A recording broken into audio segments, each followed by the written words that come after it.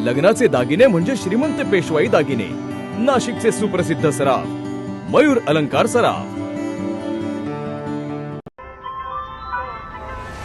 ताज्या बातम्यांसाठी नाशिक न्यूजच्या YouTube चॅनलला सबस्क्राईब करा आणि बेल आयकॉनला प्रेस करा।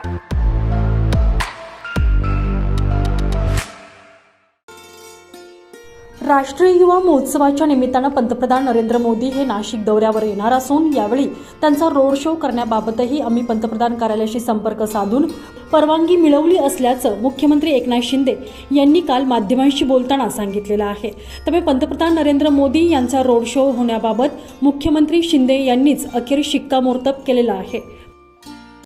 ये नासिक को मिला है, ये नेशनल यूथ फेस्टिवल में पूरे देश भर से युवा आएंगे और पार्टिसिपेंट कम से कम 8000 लोग इसमें शामिल होने वाले हैं और हज़ारों की तादाद में लोकल जो आर्टिस्ट हैं, लोकल स्पोर्ट्समैन हैं, वो सब इसमें शामिल हो जाएंगे।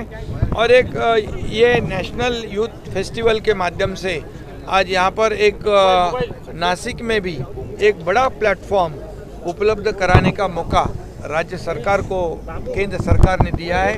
पहले दिन ओपनिंग में नाशिक शहरातील तपोवनातील साधुग्राम मैदान या ठिकाणी राष्ट्रीय युवा महोत्सवाच्या उद्घाटन स्थळाची पाहणी करून महोत्सवाच्या नियोजनाबाबत आढावा बैठक घेत काल शिंदे यांनी पत्रकारांशी संवाद साधलेला आहे। नाशिक येथे होणाऱ्या 27व्या राष्ट्रीय युवा महोत्सवाच्या अनुषंगानं मुख्य उद्घाटन कार्यक्रम हा तपोवन मैदान येथे होणार असल्यानं बैठक घेण्यात आलेली आहे।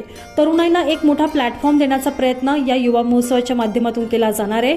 डीप क्लीन ड्राईव्ह अभियान ही देखील राबवण्यात येणार आहे। या सोहळ्यासाठी 8000 कलाकार प्रशिक्षक नाशिकमध्ये येणार असून सुमारे 5 ते 6 विविध ठिकाणी सर्व कार्यक्रम होणार आहेत।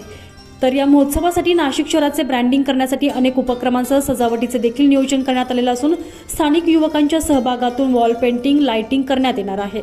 स्वच्छतेवर अधिक भर देण्यात येईल। जिल्हा प्रशासन उत्तम तयारी करत असून हा युवा महोत्सव अविस्मरणीय होईल यात शंका नाही असा विश्वास देखील मुख्यमंत्री एकनाथ शिंदे यांनी यावेळी व्यक्त केलेला आहे। नाशिक शहरात 27व्या राष्ट्रीय युवा महोत्सवाचं आयोजन होणार असून या महोत्सवाचे उद्घाटन पंतप्रधान नरेंद्र मोदी यांच्या हस्ते 12 जानेवारी रोजी होणार आहे। या महोत्सवाच्या माध्यमातून राज्याची सांस्कृतिक परंपरा आणि जिल्ह्याचा जागतिक स्तरावर ब्रँडिंग करण्याची संधी प्राप्त झालेली आहे। त्या संधीचे आपण सर्वांनी मिळून सोने करावे असे आवाहन देखील यावेळी मुख्यमंत्री एकनाथ शिंदे यांनी नाशिककरांना केलेले आहे। संजय परमार, नाशिक न्यूज, नाशिक।